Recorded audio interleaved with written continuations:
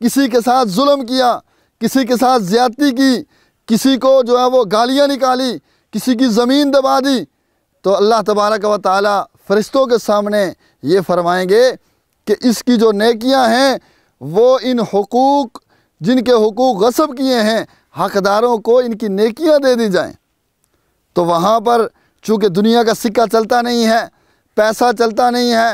ایک جو ہے وہ کسی نے اگر گال نکال دی تو اس کے بدلے میں گالی نہیں ہوگی، کسی نے اگر کسی کو جو ہے وہ قتل کیا اس کے بدلے میں قتل نہیں ہوگا، بلکہ اللہ تبارک و تعالیٰ فرشتوں سے یہ فرمائیں گے کہ یہ جو نیکیاں ہیں اس کی نیکیاں ان حقداروں کو دے دی جائیں۔ یہاں تک کہ ایک ایسا وقت آ جائے گا کہ حقدار باقی ہیں، نیکیاں ختم ہو جائیں گی، تو اللہ تبارک و تعالیٰ کے سامنے فرشتے عرض کریں گے یا باری تعالیٰ اس کی نیکیاں ختم ہو چکی ہیں لیکن حقدار باقی ہیں، حق لینے والے باقی ہیں۔ تو اللہ تبارک و تعالیٰ ارشاد فرمائیں گے کہ ان کے گناہ اس کے پلڑے میں ڈال دو، ان کے گناہ اس کو دے دو۔ تو اس وقت جس انسان نے اتنی بڑی نیکیاں جو وہ کمائی ہیں، اتنے نیک کام کیے ہیں، لیکن دنیا کے اندر حقوق کو غصب کیا، حقوق کو چھینا، حقوق کا خیال نہیں کیا، اور بندوں کو جو ہے وہ ان کے حقوق نہیں دیے، جوانی کا نشہ تھا، مال کا نشہ تھا، اور جو ہے وہ خاندانی وجاہت کا نشہ تھا، ظلم اور زیادتیاں کرتا رہا، یہاں تک کہ وہ بہت ساری نیکیاں لے کر کے جانے والا بالکل خالی ہاتھ ہو جائے گا۔ تو رسول اللہ صلی اللہ علیہ وسلم نے فرمایا کہ حقیقی نادار اور مفلس انسان وہ ہے۔ اور پھر سب سے بڑا المیہ یہ ہے کہ ہم یہ بھی نہیں دیکھتے ہیں کہ اس مال کو کہاں پر خرچ کیا گیا، جائز طریقے سے خرچ ہو رہا ہے یا ناجائز طریقے سے خرچ ہو رہا ہے۔ اگر جو ہے وہ مال کو ناجائز طریقے سے خرچ کیا، فحاشی، عریانی اور برائی کے کاموں کے اندر خرچ کیا گیا،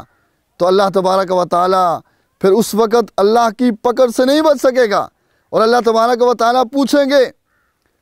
کہ اس مال کو کہاں سے کمایا تھا اور کہاں سے خرچ کیا تھا۔ اور اس کے بعد جو 5واں سوال ہوگا، ماذا عمل فیما علم، کہ اپنے علم کے اوپر جو تمہیں علم دیا گیا تھا اس کے اوپر عمل کتنا کیا۔ کہا جاتا ہے جی کہ ہمارے پاس تو علم ہی نہیں ہے، ہم تو جانتے ہی کچھ بھی نہیں ہے، ہمارے پاس تو جو ہے وہ ہمیں قرآن پڑھنا نہیں آتا ہے، ہمیں حدیث پڑھنی نہیں آتی ہے، ہم نے علم نہیں سیکھا ہے۔ نہیں نہیں نہیں میرے بھائیو، بزرگوں اور دوستو، یہ ہماری غلطی ہے، یہ دھوکہ ہے۔ پہلی بات تو یہ سمجھ لینی چاہیے، پہلی بات تو یہ سمجھ لینی چاہیے کہ جو دین کا ضروری علم ہے اس کا سیکھنا ہر مسلمان مرد عورت کے اوپر فرض کا درجہ رکھتا ہے، کہ جس سے اس کو حلال حرام، جائز ناجائز اور پاکی ناپاکی کا علم ہو سکے، اس کے اندر وہ تمیز کر سکے کہ یہ چیز میرے لیے جائز ہے، یہ ناجائز ہے، یہ پاک ہے، یہ ناپاک ہے، یہ حرام ہے، یہ حلال ہے۔ اتنا علم سیکھنا تو ہر مسلمان عاقل بالغ مرد عورت کے اوپر فرض ہے۔ اور جو علم ہمارے پاس، ہم کہتے ہیں کہ ہمارے پاس علم نہیں ہے، ہمارے پاس کس چیز کا علم نہیں ہے؟ ہمیں اس بات کا علم ہے کہ ہم 5 وقت نماز ہمارے اوپر فرض ہے، ہمیں اس بات کا علم ہے کہ جھوٹ بولنا گناہ ہے، ہمیں اس بات کا علم ہے کہ ظلم اور زیادتی کرنا گناہ ہے، ہمیں اس بات کا علم ہے سود کھانا یحاربون اللہ و رسولہ، اللہ اور اس کے رسول سے جنگ کرنے کے مترادف ہے، اعلان جنگ ہے اللہ اور اس کے رسول سے۔ ہمیں اس بات کا علم ہے کہ رشوت لینا گناہ ہے، ہمیں اس بات کا علم ہے کہ اللہ تبارک و تعالیٰ کے احکامات کو توڑنا، اللہ کی بغاوت کرنا گناہ ہے، ہمیں اس بات کا علم ہے کہ رسول اللہ صلی اللہ علیہ وسلم کی اطاعت اور فرمانبرداری نہ کرنا یہ بہت بڑا گناہ ہے، بہت بڑا گناہ ہے۔ اللہ تبارک و تعالیٰ اتنے علم کے بارے میں ہم سے پوچھیں گے، ماذا عمل فیما علم، کہ جو علم تمہیں دیا گیا تھا، جو تمہارے پاس علم تھا، اس علم کے اوپر کتنا عمل کیا۔ اور علم کو سیکھنا معلومات کی حد تک نہیں ہونا چاہیے بلکہ معمولات کی حد تک ہونا چاہیے، جتنا علم ہمارے پاس ہو اس کو ہم اپنے معمولات بنا لیں۔ تو گویا کہ رسول اللہ صلی اللہ علیہ وسلم کے اس ارشاد کے اندر ساری زندگی کا خلاصہ بیان کر دیا ہے، بچپن سے لے کر موت تک کے سارے معاملات بیان کر دیے گئے ہیں کہ بھائی جو زندگی تو نے گزاری ہے، جو عمر تمہیں دی گئی تھی وہ کس مشغلے کے اندر گزاری ہے، جوانی کہاں پر فنا کی ہے، مال کہاں سے کمایا، کہاں پر خرچ کیا، اور اپنے علم کے اوپر کیا عمل کیا، جو تمہیں علم دیا گیا تھا وہ کیا عمل کیا۔ دوسرے الفاظ کے اندر اس کو یوں کہا جا سکتا ہے کہ اللہ تبارک و تعالیٰ نے اس دنیا کو امتحان گاہ بنایا ہے، اور اس امتحان گاہ کے لیے، امتحان دینے کے لیے اللہ تبارک و تعالیٰ نے جو کوسچن کرنے ہیں، جو سوال کرنے ہیں، ان سوالات کو بتا دیا ہے اور ساتھ میں ان کے جوابات بھی بتا دیے ہیں۔ ہم اللہ تبارک و تعالیٰ کی بندگی کر کے اور ان 5 سوالوں کی تیاری کر کے جائیں۔ اگر ہم نے ان 5 سوالوں کی تیاری کی تو وہاں پر جس وقت ہم سے سوال ہوں گے ہم بڑی آسانی کے ساتھ ان کے جواب دے سکیں گے، اور اگر ہم سے ان سوالوں کے جواب نہ دے پائے تو اس وقت میرے بھائیوں، بزرگوں اور دوستوں، ہمیں ایسی ناکامی ملے گی کہ جو ہمیشہ کی ناکامی